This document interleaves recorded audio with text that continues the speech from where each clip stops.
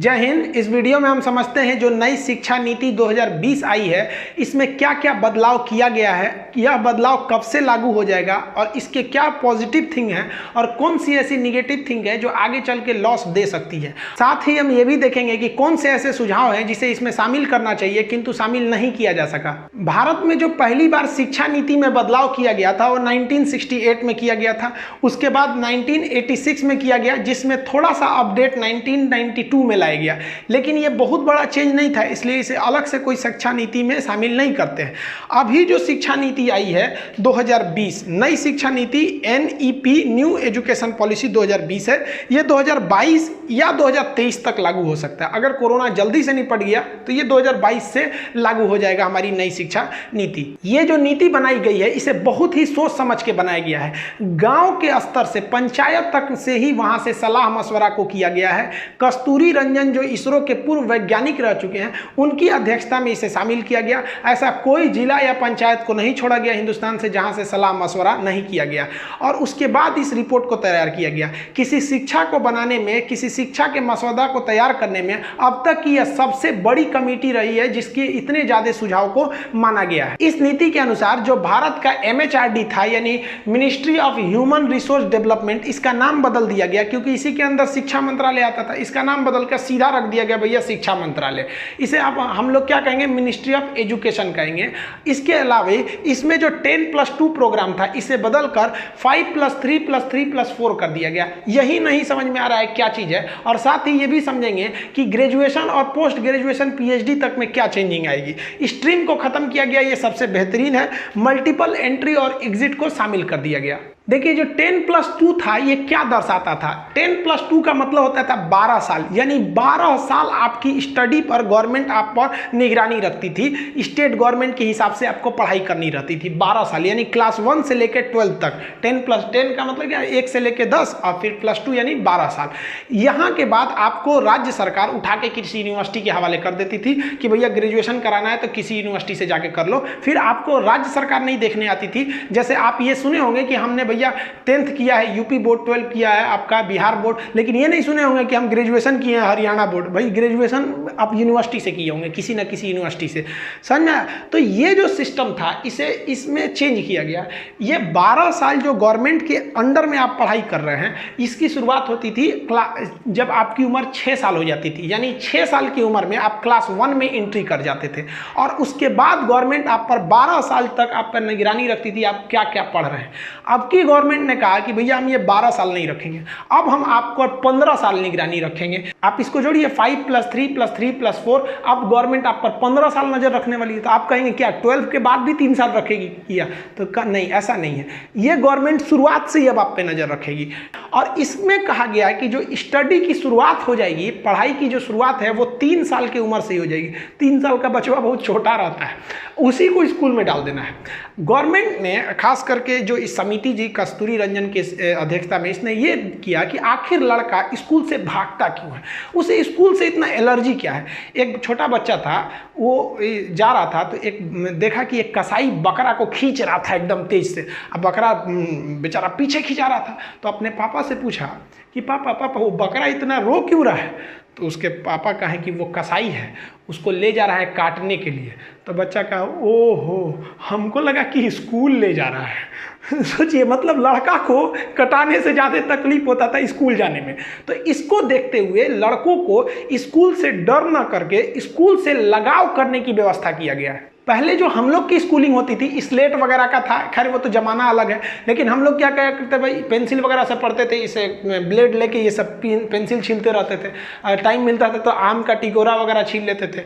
School से इसीलिए भाग जाते थे कि ये सब गेम हमको खेलने को घर पे मिलता था, स्कूल में ये सब गेम की सुविधा नहीं थी। जबकि हम लोग को क्या पसंद था, हम लोग को ये सब गेम पसंद थे, चाहे वो लड़का हो चाहे वो लड़की, उसे पढ़ाई से ज़्यादा छोटी सी उम्र में गेम खेलना ही ज़्यादा पसंद आता था। हालांकि उस वक्त आप बचपन में देखिएगा तो कुछ चीज़ों से बहुत ज़्यादा गेम से लगाव हो जाता था। बचपन में आप लोग मोर पंख रखे होंगे अपने कॉपी किताब में, कवर जब चढ़ाते होंगे किताब पे तो बहुत ज़्यादा लगाव होता होगा। पेंसिल छील के उसके छिलका को हम लोग दूध में रखते थे कि ये रबड़ बन जाएगा, बाद में पता चला ये अफवाह है। तो लड़कों के इन्हीं हैबिट को देखते हुए गवर्नमेंट क्या कर रही है, कह रही है कि लड़कों को अब 3 साल में ही आप स्कूल में डाल दीजिएगा। और लड़कों का जो 3 साल के बच्चे होंगे ना, ये छोटका छोटका, इस सब का स्कूल इस तरह से होगा। अब वो क्या करेंगे, स्कूल जाएंगे, अपने कपड़े को गंदा करेंगे, खेलेंगे, मिट्टी भरना है, जो काम करना है वो खेलेंगे सब। इनको पेंटिंग सिखाया जाएगा, जो मन वो ड्रेस पहन के आ जाओ भाई, कोई जोर जबरदस्ती नहीं रहता है। इनको खेलने कूदने के लिए हर सुविधा दिया जाएगा, पेंटिंग करना है, जो मन वो करो। शुरुआत के 3 साल तुम्हें पढ़ना नहीं है,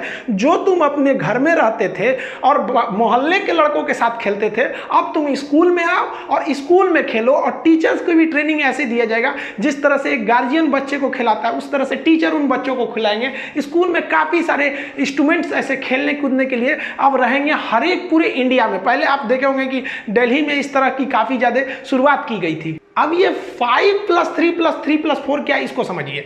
5 का मतलब है कि 5 साल का एक प्रोग्राम रहेगा। ये 5 साल आपके एज को नहीं दर्शा रहा है, ये इस एज को दर्शा रहा है कि 5 साल तक आपको स्कूल में रहना है, फिर अगले 3 साल भी, फिर अगले 3 साल, फिर ये, यानी ये जो नंबर है ये दिखा रहा है कि आप स्कूल में कितने साल को बिताएंगे। तो शुरुआत का जो 5 साल रहेगा, इसमें देखिए इस हिसाब से तो आपकी स्कूलिंग 3 साल पे ही स्टार्ट हो जाएगी।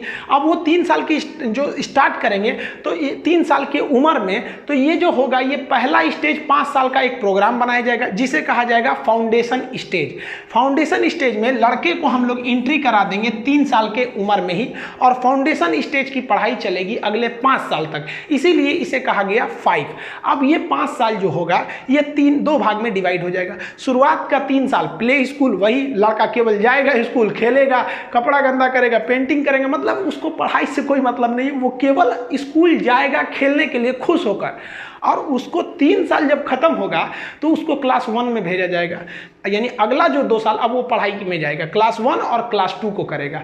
तो 3 साल खेला और फिर क्लास 1 क्लास 2 किया, और उसको पता ही नहीं चलेगा कि हम कब क्लास 1 में गए और कब क्लास 2 में, क्योंकि उससे कोई भी टाइप का एग्जाम नहीं लिया जाएगा। तो इससे उसको स्कूल जाने का डर ही नहीं रहेगा।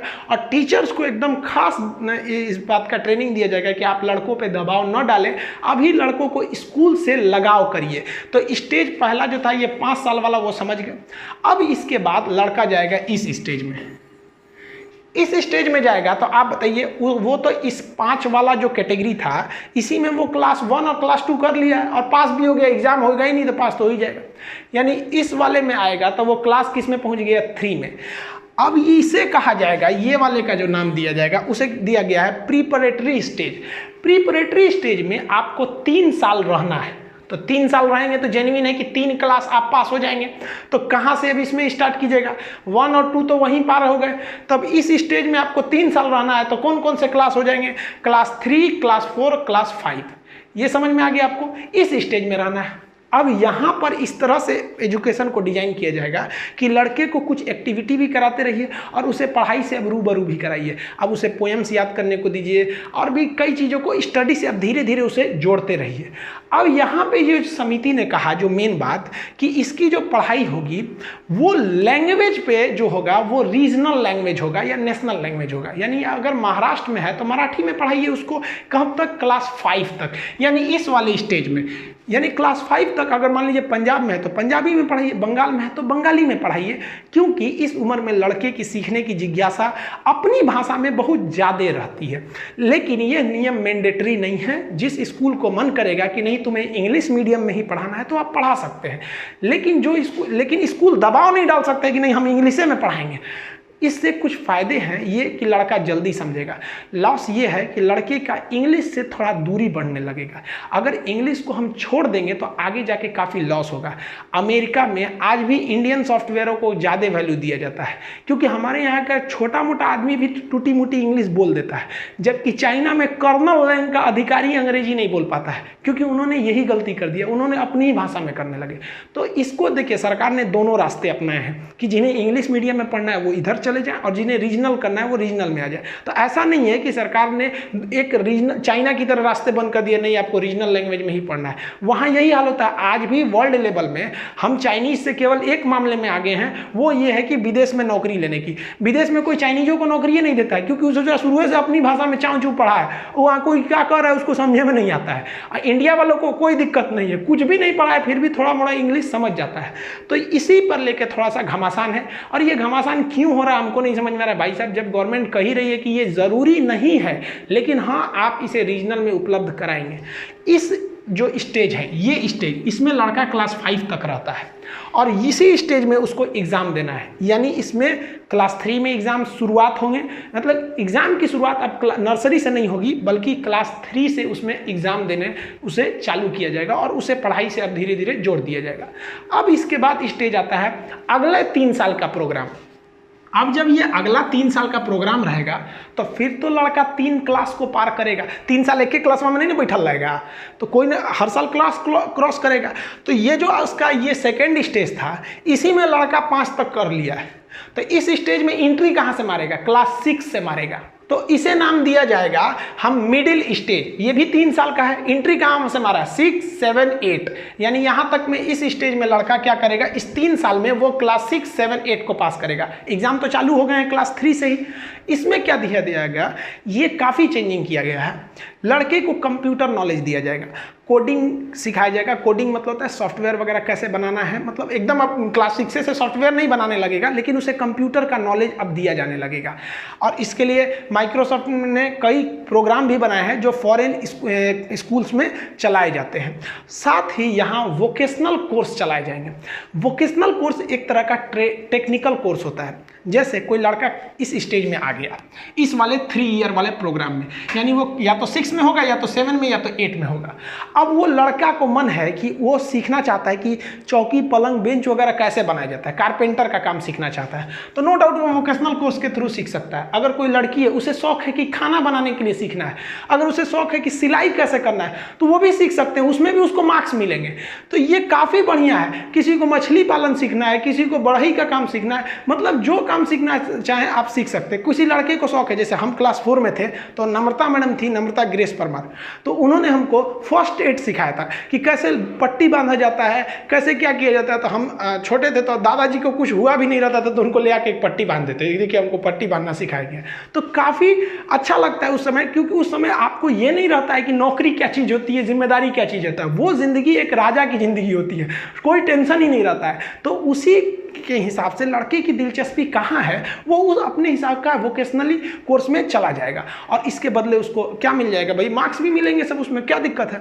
और मैथ की जो पढ़ाई जैसे हम लोग 6, 7 में किए थे, साइंस और आर्ट्स वो भी किया जाएगा, जैसे था वैसे ही चलते रहेगा, इसमें कोई चेंजिंग नहीं है। हाँ, इसमें एक और चीज़ है कि आप मैथ, साइंस, सोशल साइंस के अलावे आप इंडिया की कोई लैंग्वेज को भी पढ़ना पड़ेगा आपको। जैसे मान लीजिए आप संस्कृत ले सकते हैं, उर्दू ले सकते हैं, मैथिली भाषा ले सकते हैं, मतलब इंडिया में जितनी भाषा है उसमें इंडियन लैंग्वेज में से आपको एक तो भाषा पढ़ सकते हैं।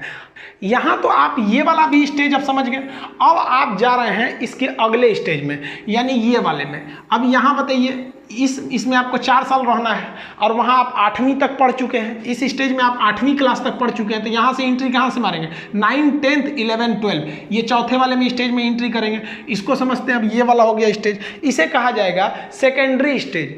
सेकेंडरी स्टेज में आपको 4 साल रहना है और 4 ठो क्लास आप पार करेंगे। स्टार्ट कहाँ से करेंगे? 9th से लेकर 12th तक। इसमें एक बड़ी चीज़ क्या कर दिया गया है कि आपको एग्ज़ाम अब साल के लास्ट में नहीं देना पड़ेगा। अब आपको जो एग्ज़ाम देना पड़ेगा वो सेमेस्टर वाइज हर 6-6 महीने पे आपको एग्ज़ाम देने पड़ेंगे। ऐसे देखेंगे तो 4 क्लास पार करने में 4 ठो एग्ज़ाम देना है, लेकिन अब इसी 4 क्लास को पार करने में 8 एग्ज़ाम देने हैं। इससे फ़ायदा क्या होगा कि लड़कों में एक एग्ज़ाम के प्रति डर रहेगा और वो जल्दी पढ़ाई करेंगे। वरना अमूमन यही देखा जाता था कि फाइनल एग्ज़ाम फरवरी मार्च में होते थे तो लड़का जनवरी से पढ़ना चालू करता था, प्रेशर उसको उस वक्त आता था। अभी 6-6 महीने से एक थोड़ा सा फायदा यही रह जाएगा लड़कों में। और इसमें जो बात है कि उसको स्ट्रीम नहीं चुनना पड़ेगा।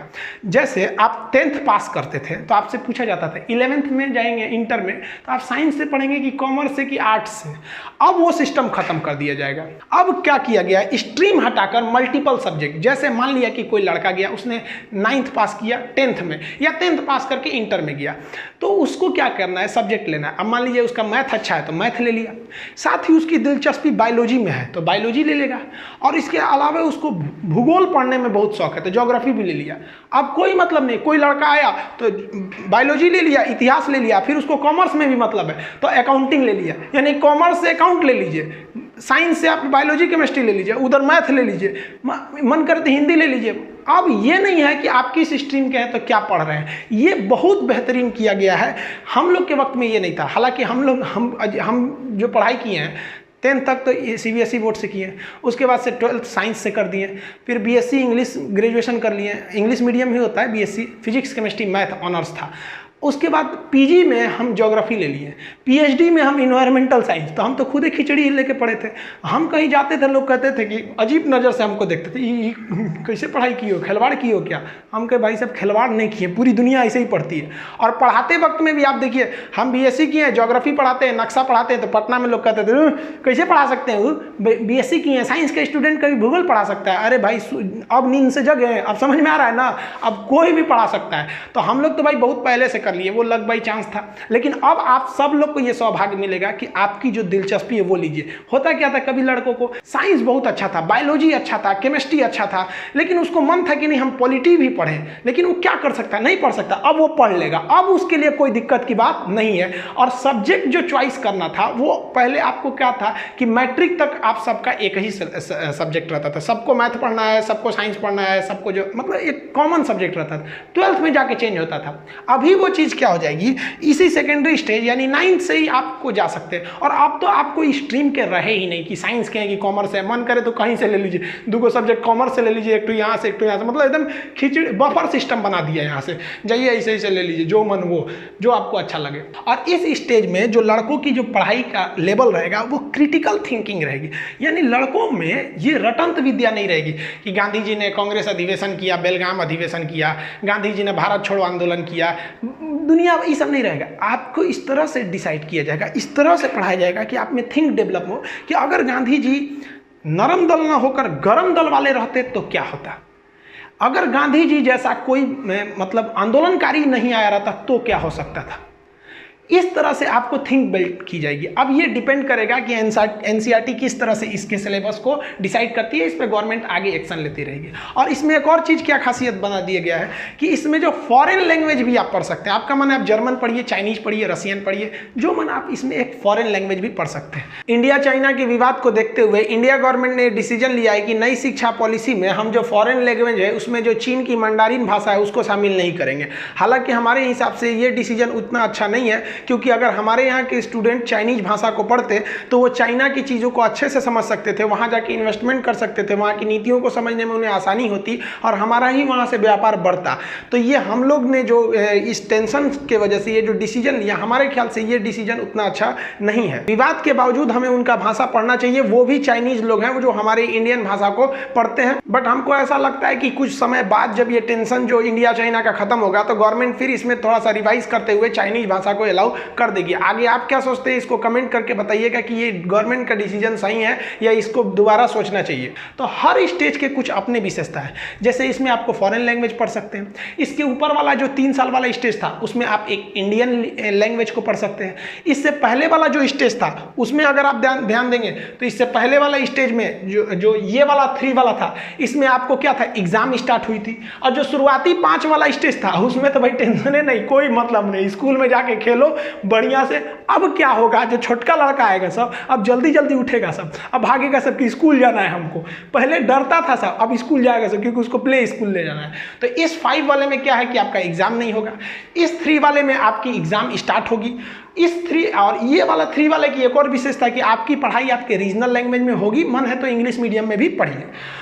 इसमें क्या हो जाएगा कि भाई आपको एक इंडियन लैंग्वेज पढ़ना है, और इस वाले में आपको क्या हो जाएगा कि आपका मन है तो आप एक फॉरेन लैंग्वेज भी पढ़ सकते हैं। तो ये जो चेंजिंग किया गया, आप ये समझ गए ना, 5+3+3+3+4, यानी ये वाले भी जो पैटर्न जो अभी बना है वो जहाँ जाके कहाँ खत्म हो रहा है, 12th क्लास में भी खत्म हो रहा है। लेकिन ये स्टार्ट पहले से ही हो जा रहा है 3 साल से, और ये पुराना वाला भी 12th पे जाके खत्म हो रहा था, लेकिन ये स्टार्ट हो रहा था 6 साल से। अब लड़कों के दिमाग में, आप लोग के मन में आ रहा होगा कि ग्रेजुएशन और PG वगैरह वाले में क्या होगा। ग्रेजुएशन को समझिए ध्यान से, ग्रेजुएशन जो है अब कर दिया गया है 4 साल का। अब जो ग्रेजुएशन आएंगे 4 साल के हो जाएंगे। ग्रेजुएशन आप पहले जो पैटर्न था ग्रेजुएशन का वो 3 तरह के ग्रेजुएशन थे, यानी अगर आर्ट्स लिए हैं तो आप BA कहलाएंगे, और साइंस लिए हैं तो BSc, और उसके बाद से BCom कॉमर्स लिए हैं। हम लोग के समय सर बोलते थे कौन BCom ले लिया रे, बिना काम का काम। अब ये सब नहीं चलेगा, ये सब उल्टा सीधा अब नहीं होगा। यहाँ पे। अब ये सब तो सिस्टम में खत्म होगा। अब आप सिंपल क्या कहलाए जाएंगे, ग्रेजुएट कहलाएंगे, ग्रेजुएशन, क्योंकि स्ट्रीम रहा ही नहीं। आप मेरा मन तो हम अकाउंट ले लेंगे, उधर से बायोलॉजी ले लेंगे, इधर से भूगोल ले लेंगे। आप बोलिए ना, हम बीए में भूगोल ले लिए तो कहेंगे बीए, फिर कहेंगे बायोलॉजी लिए तो कहेंगे दादा बीएससी हो गए, फिर कहेंगे अकाउंट लिए तो कहेंगे बीकॉम हो गया। तो अब ये सब का तो झमेले खत्म हो गया यहाँ पे। अब आप सीधे क्या कहलाएंगे, ग्रेजुएट कहलाएंगे। अब ये 4 साल का कर दिया गया और बहुत बेहतरीन किया है। देखिए ध्यान से इसको बारीकी से समझिए। अगर आप फर्स्ट ईयर पास कर गए, पहला साल, तो आपको जो सर्टिफिकेट मिलेगा उस पर लिखा रहेगा ग्रेजुएट सर्टिफिकेट। अब ग्रेजुएशन का सर्टिफिकेट, और उसके बाद आप अगर सेकेंड ईयर भी पढ़ लिए तो फिर आपको एक सर्टिफिकेट मिलेगा, उसमें लिखा रहेगा ग्रेजुएट डिप्लोमा। अब कभी कभी क्या होता है, किसी की पैसे का प्रॉब्लम हो जाता है, उसकी पढ़ाई छूट जाती है। तो मान लीजिए कोई लड़का ग्रेजुएशन सेकेंड ईयर में पढ़ाई छूट गया और कहीं उसकी वैकेंसी निकली, तो वो कहेगा कि हम सेकेंड ईयर पढ़े, थर्ड ईयर नहीं पढ़े, तो कहेगा भाग फाड़ के फेंक जो भूजा खा ले में लपेट के, 2 साल पढ़ के कोई फायदा नहीं, 1 साल का ही नहीं किया। तो अब ये चीज़ को ख़त्म कर दिया गया है। यानी अगर आप ग्रेजुएशन 1 साल भी किए ना, तो उस 1 साल का भी वैल्यू है, उसका नाम रहेगा सर्टिफिकेट। अगर आप 2 साल करके छोड़े हैं तो उसका नाम रहेगा डिप्लोमा। आप और पढ़ना चाहते हैं, ग्रेजुएशन से थर्ड ईयर भी जाते हैं, तब आपको जो सर्टिफिकेट मिलेगा उस पर लिखा रहेगा ग्रेजुएशन डिग्री, लिखा रहेगा डिग्री। अब उसके बाद मान लिया कि आप और पढ़ना चाहते हैं, आप पूरा 4 साल करना चाहते हैं, तो उस पर लिखा रहेगा ग्रेजुएशन रिसर्च। समझ में आ गया? अब आपके मन में एक सवाल आ रहा होगा कि मान लीजिए कि कोई वैकेंसी आई और उस पर लिखा है कि ये वैकेंसी का फॉर्म भरने वाला व्यक्ति ग्रेजुएट होना चाहिए। तो आप सोचेंगे इसे जरा कौन वाला ग्रेजुएट है में, तो 4 कैटेगरी है। तो अब आप अगर कोई जॉब में जाना चाहते हैं या यूपीएससी बीपीएससी का कंपटीशन जिसमें ग्रेजुएट मांगता है, तो आप केवल 3 साल वाले भी इसमें जा सकते हैं। उन्हें जरूरी नहीं है कि आप 4 साल वाला करें। तो एक तरह से देखिए तो चेंजिंग नहीं हुआ है। तो वो लोग जो केवल ग्रेजुएशन इसलिए करते हैं कि उन्हें नौकरी के लिए एलिजिबल बनना है, वो केवल 3 साल वाला कर सकते हैं। लेकिन वह लड़के जो पढ़ाई को आगे रखना चाहते हैं, उन्हें ग्रेजुएशन 4 साल वाला करना होगा। तो उनके सर्टिफिकेट पे क्या लिखा रहेगा, ग्रेजुएशन रिसर्च। अब एक चीज़ और जो इसमें सबसे बड़ी विशेषता है, वो री एंट्री की है। मान लिया कि हम 2 साल तक ग्रेजुएशन करके छोड़ दिए, चले गए, मेरे पास पैसे नहीं थे, लेकिन हम कहीं काम पे चले गए और हमारे पास पैसे आ गए, लेकिन 4 साल के बाद हमको पैसे आए, तो हम फिर पढ़ने आएंगे तो अभी जो व्यवस्था है, पुरानी व्यवस्था, तो हमको फिर शुरू से करना पड़ेगा, first year, second year, third year. लेकिन अब री एंट्री में सबसे बढ़िया बात क्या है कि हम तो करके गए थे ग्रेजुएशन 2 साल, तो हमारे पास सर्टिफिकेट क्या है, ग्रेजुएशन डिप्लोमा का। अब हम कहेंगे कि भाई साहब हमको पैसा नहीं था उस टाइम, या हमको पढ़ने में मन नहीं लगा था, अब मेरा फिर शौक जगल है, हम फिर पढ़ेंगे। तो अब की जो पढ़ाई होगी हमारी थर्ड ईयर से शुरू होगी और हमको सर्टिफिकेट तो ये 2 तो मिल ही चुका है और फिर यहाँ से मिलेगा। मतलब आप अगर पढ़ाई को कहीं ड्रॉप कर दिए हैं और अगर 10 साल बाद भी आते हैं ना, तो जहां से ड्रॉप किए हैं वहीं से पढ़ना पड़ेगा। ये फायदा। और एक और फायदा कि आप जितना पढ़ाई किए हैं उतने का वैल्यू मिलेगा। अब कोनो कहेगा सर जी 1 महीना क्लास करके छोड़ देंगे तो 1 महीना का देगा। अब इतना खिलवाड़ मत कीजिए भाई, कम से कम 1 साल तो कंप्लीट कीजिए। अब इसके बाद पोस्ट ग्रेजुएशन क्या होगा, फिर बता दिए भैया। पोस्ट ग्रेजुएशन जिसे आप पीजी कहते थे, पहले जब स्ट्रीम होता था तो इतिहास भूगोल वाला एमए कहलाता था, ये फिजिक्स केमिस्ट्री मैथ वाला एमएससी कहलाता था, ये सब कॉमर्स वाले लोग को एमकॉम होता था। अब तो ये खत्म हो गया, अब पता नहीं चलेगा कौन किसका है। अब इसमें जो पोस्ट ग्रेजुएशन का सिलेबस है वो या तो 1 साल का होगा या तो 2 साल का। जो ससुरा 4 साल वाला ग्रेजुएशन किया है तो ना कोई 21 साल का ग्रेजुएशन करना पड़ेगा, बढ़िया है। और जो 3 साल का डिग्रिया लेके भाग गया तैयारी करने के लिए, अगर वो चाहता है कि नहीं हम पीजी करें, तो सरकार कहेगी रे बाप रे बाप फायदा उठाएगा, तब ते 2 साल वाला कर। यानी ग्रेजुएशन और पीजी में इस वक्त करने में 5 साल लगता है, नया चेंजिंग आने के बाद भी 5 साल लगेगा। अगर आप यहाँ 4 साल किए हैं तो यहाँ 1 साल कीजिए, यहाँ 3 साल किए हैं तो यहाँ 2 साल कीजिए। अब आप कहेंगे कि यहाँ 2 साल किए हैं तो ही चल जाए, तो हेल जाइएगा क्या इसे यहाँ पे, अरे भाई कम से कम डिग्रियाँ तो लेंगे ना। इसके बाद जो एमफिल का पोस्ट था, एमफिल की डिग्री को ख़त्म कर दिया गया। पीएचडी है जो डॉक्टर ऑफ फिलॉसफी, पीएचडी अब 4 साल का होगा, इसमें कुछ खास चेंजिंग नहीं किया गया है। अब इसके सिलेबस कैसे कैसे होंगे ये गवर्नमेंट आगे जो बताएगी तो हम बता देंगे कि किस तरह से सिलेबस क्या होगा, इसमें सर्टिफिकेट, डिग्री, डिप्लोमा में मतलब क्या क्या पढ़ाया जाएगा उसको तो आगे का चीज़ है। अभी गवर्नमेंट इसमें बहुत कुछ नहीं बताई है, केवल अपना फॉर्मेट दिया है जिसको हम आपको समझा दिए। ये नियम लागू होने वाले हैं 2022 से, अभी किसी को कोई टेंशन लेने वाला नहीं है क्योंकि अभी कोरोना है, फिर अभी गवर्नमेंट को भी इसको तैयार करने में काफ़ी टाइम लगते हैं। ऐसा थोड़ी पापड़ तल रहे हैं, दाएं दे हो गया यहाँ पर कुछ। आप इसके समझते हैं कि पॉजिटिव और निगेटिव थिंग्स। देखिए इसकी पॉजिटिव थिंग क्या है कि इसमें जीडीपी का 6% कहा गया है, ये बहुत बड़ा अमाउंट है। अब ये जब दे दिया जाएगा तभी आप कंफर्म समझिएगा कि अभी तो हम लोग जीडीपी का 3% लगभग में यूज़ कर रहे हैं, वो भी पूरा 3% नहीं है। तो 3% की जगह आप ऐसा सोचिए ना कि जितना हमारा बजट है उसका डबल शिक्षा पर बजट आएगा, तो काफ़ी बेहतरीन हो जाएगा ये चीज़, तो ये बहुत अच्छा है। दूसरा इसमें सबसे बेहतर क्या किया गया है कि स्कूल की जो फीस रखते थे ना प्राइवेट वाले, पता ही नहीं चलता था। जो कोनो स्कूल वाला ऐसा भी थे साहब कि उन सब का सालाना फीस था 3 लाख 4 लाख, ऐसा स्कूल थे सब। तो गवर्नमेंट कह दिया कि भाई साहब देखिए हम स्कूलों की जो प्राइवेट स्कूल है उनकी कैटेगरी बना देंगे कि इस कैटेगरी का स्कूल है अब मैक्सिमम इतना ही फीस रख सकता है, अब उससे कम हो सकता है, ज़्यादा नहीं। जैसे आप किसी चीज़ की एमआरपी ले आने जाते होंगे, किसी चीज़ को सामान खरीदते उसमें एक एमआरपी लिखा रहता है, मैक्सिमम रिटेल प्राइस, उससे कम ही मिलता है, उससे ज़्यादा नहीं मिलेगा। ज़्यादा मिलेगा तो जहाँ पे केस हो जाएगा। तो स्कूल की जो मनमानी फीस चलती थी अब गवर्नमेंट क्या है कि उसको फिक्स कर देगा। अब क्या होगा कि गवर्नमेंट को वोट मांगने जाना है, इसलिए गवर्नमेंट जो वोट मांगने जाएगी तो ज़्यादा फीस यहाँ से अलाउ नहीं करेगी। नहीं तो प्राइवेट स्कूल वाला कहेंगे सर तब ना कि हम क्या करें, गवर्नमेंट नहीं बोला है कि इतना फीस लेना है। अभी तो प्राइवेट वाला कहते हैं कि भाई पढ़ाना है तो पढ़ाइए, नहीं तो मत पढ़ाइए। तो अब गवर्नमेंट फिक्स कर देगी कि भैया आप कितने भी बड़े स्कूल वाले हैं, एक फिक्स, अब ये कितना करेगी अभी बताई नहीं है। उसके अलावा जो सबसे बेस्ट हमको लगा वो वोकेशनल चीज़ लगा कि अब लड़कों को प्रैक्टिकल नॉलेज हो जाएगा। प्रैक्टिकल नॉलेज बहुत बेहतरीन है, लड़कों को प्रैक्टिकली पढ़ाया जाएगा।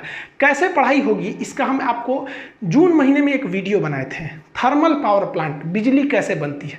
आपको अगर फुर्सत मिलेगा तो इस वीडियो को ख़त्म करने के बाद डिस्क्रिप्शन में उसका लिंक देंगे, उसको देखिएगा। उसमें आपको बताया गया है कि एक 5 किलोमीटर स्क्वायर का पावर प्लांट जिसको आपको घूमने में कम से कम 2 घंटा लगेगा, उसे आधा घंटा 30 मिनट में किस तरह से पढ़ा के समझा दिया गया। वो चीज़ अगर आप देख लिए हैं तो आप अगर ओरिजिनल पावर प्लांट भी देखिएगा ना तो कमोबेश वैसा ही मिलेगा, मतलब 98% वैसे ही मिलेगा, क्योंकि थोड़ी चेंजिंग आ जाती है। मतलब वो उसी ढंग से अब पढ़ाया जाएगा कि लड़कों को एकदम विजुअली दिखाकर। ये वीडियो खत्म होने के बाद आप उस वीडियो को देख लीजिएगा तो आपको समझ में आ जाएगा कि अब आगे की पढ़ाई कैसे होने वाली है। वोकेशनल कोर्स के बाद जो रिजल्ट दिया जाएगा इसमें तो गजब की चेंजिंग कर दिया गया। अब आपका रिजल्ट केवल इस बात पर डिपेंड नहीं करेगा कि आपके मार्क्स कितने आए हैं, कितना नंबर आप लाए हैं, इसके अलावे डिपेंड करेगा आप अपने आप को कितना नंबर देते हैं।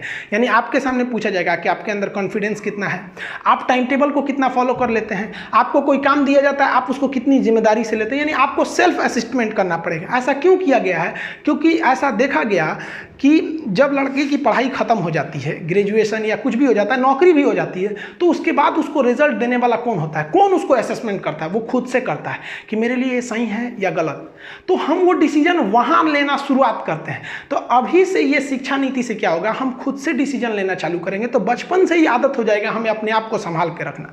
इसके अलावा मार्क्स में ये भी ध्यान दिया जाएगा कि आपके क्लास के जितने स्टूडेंट हैं वो आपको कितना मार्क्स देते हैं। इसके लिए एक क्राइटेरिया बनाई जाएगी कि जितने स्टूडेंट हैं किस तरह से वो ग्रेडिंग करेंगे आपको। इससे ये फायदा होगा कि आप अपना नंबर अच्छा बनाने के लिए अपने दोस्तों से अच्छा संबंध रखेंगे। और अगर आप बचपन से क्लास 12 तक अब आपको ये आदत हो गया कि नहीं भैया हमको बचपन से अपने दोस्तों से संबंध अच्छे रखने हैं, तो आपका स्वभाव बहुत अच्छा हो जाएगा। तो अब क्या होगा कि हर स्टूडेंट दूसरे स्टूडेंट के प्रति इज्जत रखेगा कि भाई साहब उसको भी मार्क्स देना है हमको, तो वो आपके जो क्लास के हैं वो उन लोग को भी देना होगा। और साथ ही टीचर भी आपका नंबर देंगे कि ये लड़का अच्छा था या नहीं था। ये 5वां जो चीज़ दिया गया कि फॉरेन यूनिवर्सिटी भी आप भारत में अपना ब्रांच खोल सकती है, जैसे ऑक्सफोर्ड, हार्वर्ड यूनिवर्सिटी, कैम्ब्रिज, ये सब भी यूनिवर्सिटी अब भारत में खोल सकती है। हालांकि इसे बहुत पहले आ जाना था, जब मनमोहन सिंह थे उन्होंने ही इस प्रस्ताव को लाया था, तब उस समय बीजेपी ने विरोध किया था कि नहीं ये भारत के लिए दिक्कत होगा। तो सोचिए अभी ये तो पॉलिटिक्स वाला चीज़ है, इसमें नहीं, देखिए जो विपक्ष में रहता है विरोध करता ही है। उस वक्त जो प्लान थी वो थोड़ी सी अजीब थी। उसमें क्या कहा गया था कि जो यूनिवर्सिटी आएंगी उन्हें 50 करोड़ रुपये सिक्योरिटी मनी देना होगा। ये सही भी था एक तरह से। पता चला हमारा फीस लेके भाग गई यहाँ पे, हम क्या लंदन जाएंगे खोजने के कैम्ब्रिज किधर है, या नहीं जाएंगे।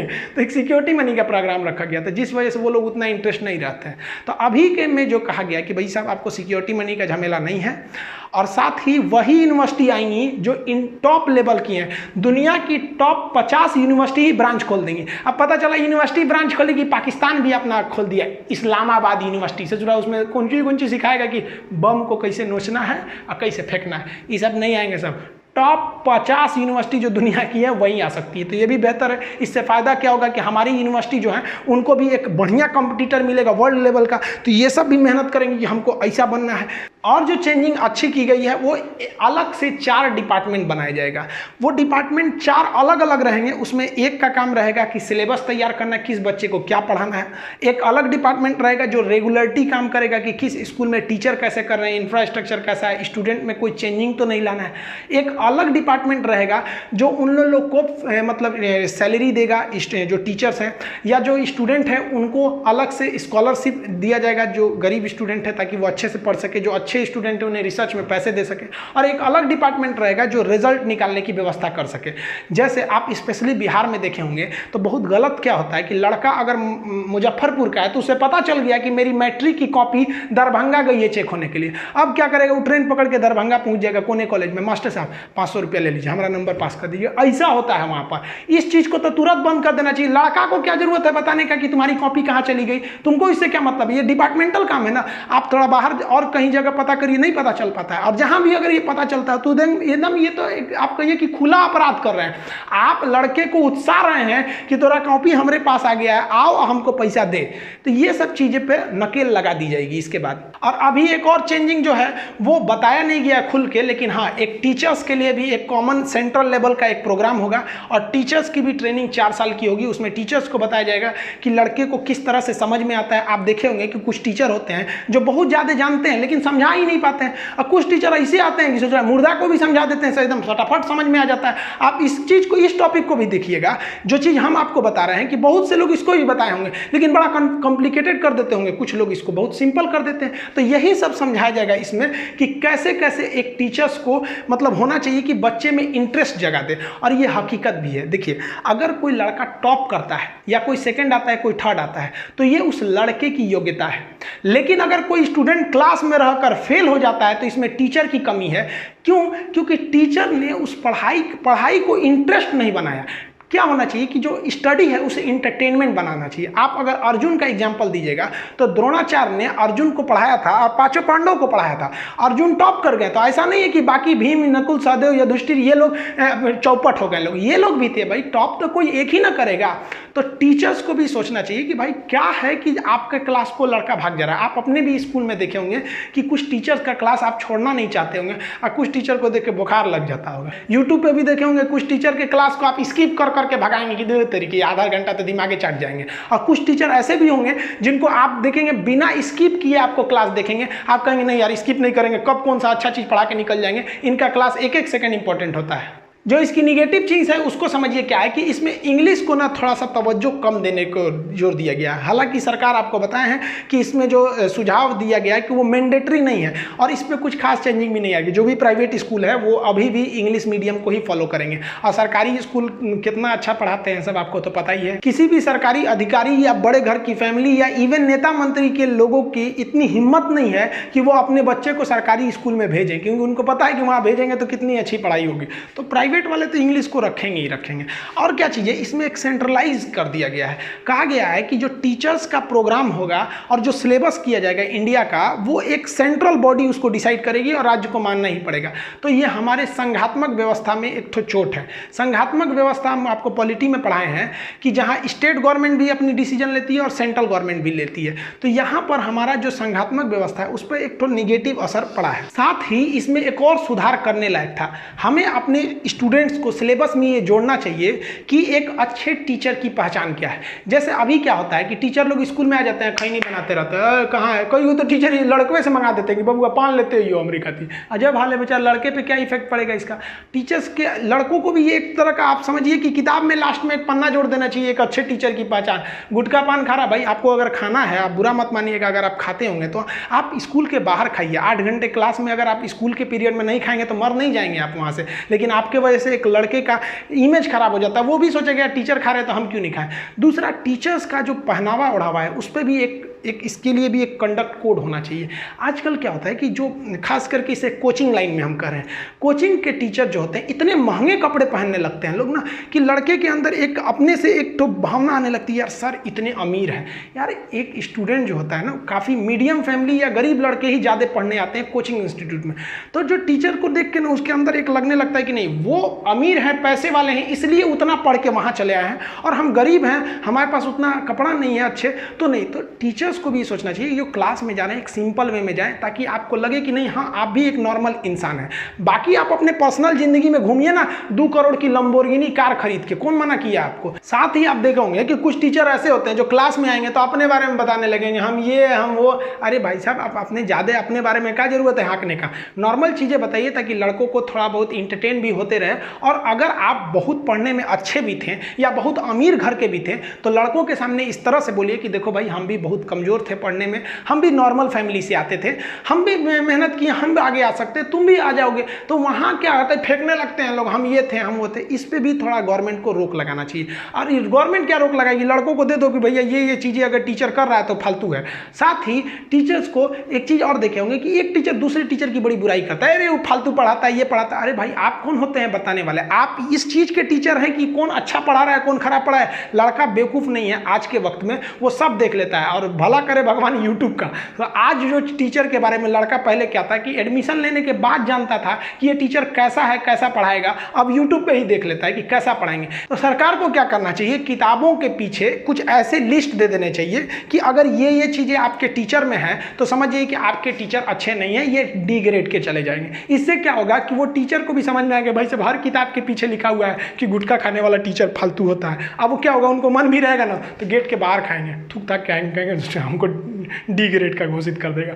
इससे क्या होता है कि टीचर्स के ऊपर एक मनोवैज्ञानिक एक सामाजिक प्रेशर पड़ेगा और वो लड़कों के प्रति एक अच्छा व्यवहार करेंगे।